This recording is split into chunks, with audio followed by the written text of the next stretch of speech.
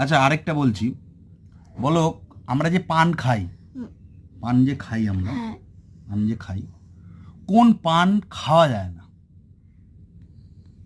কোন পান খাওয়া যায় না? কাঁচা পান। কাঁচা পান? তো কাঁচা পানই তো লোকে খায়। পাকা পান। পাকা পানও তো লোকে খায়।